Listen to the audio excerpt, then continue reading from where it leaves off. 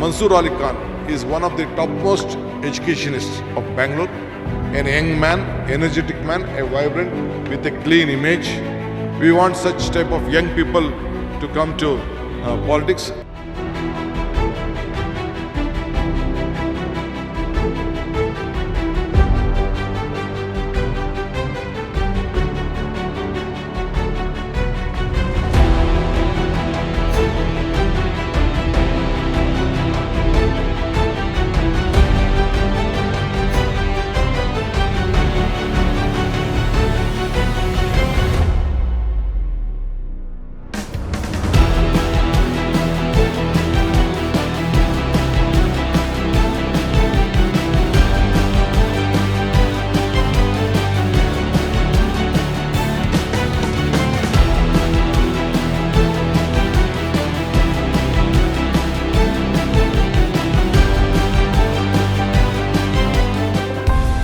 Congress Rajya Sabha candidate from Karnataka and AICC secretary in charge of Kerala and Lakshadweep, Mansoor Ali Khan is poised to continue his father, veteran partyman and former deputy chairman of the parliament's upper house, Rahman Khan's legacy.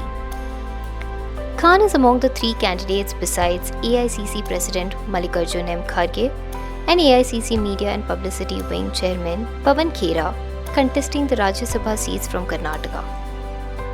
The Congress High Command is said to have recognized his work during the Kerala Assembly polls, which resulted in the party-led United Democratic Front collectively winning 102 seats of the total 140 Assembly seats, with the Congress securing 63 seats.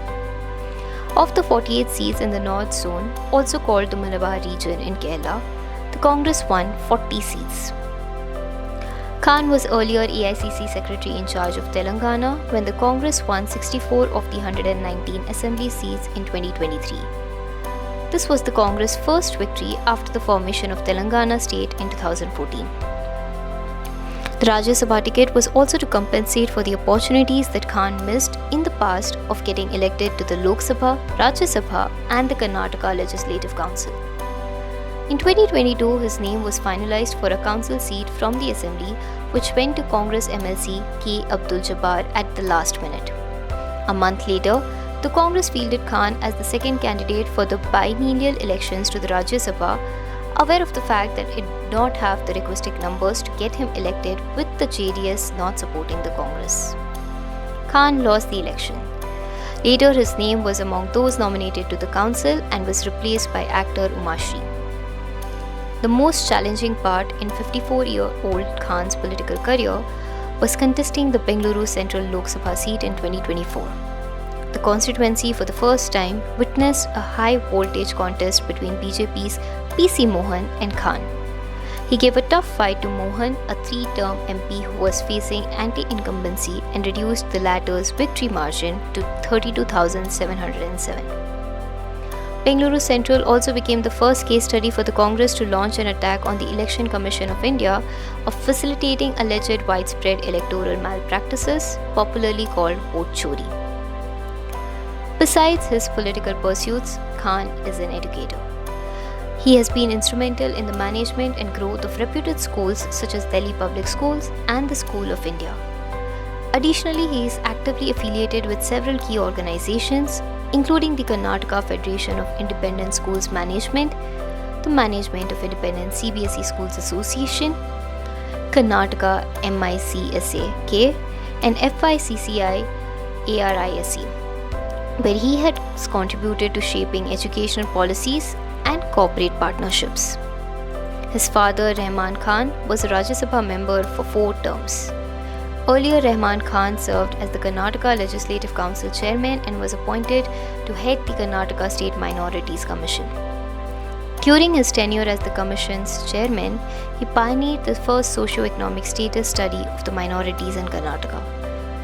The survey's findings resulted in the Karnataka government providing 4% reservation for minorities in education and government employment. After filing his nomination papers on June 6th, Khan in a tweet on X said that this is a big responsibility and he doesn't take it lightly. He also expressed his gratitude to the party leadership for the trust and to the countless party workers, colleagues, and citizens who have stood with him along the way.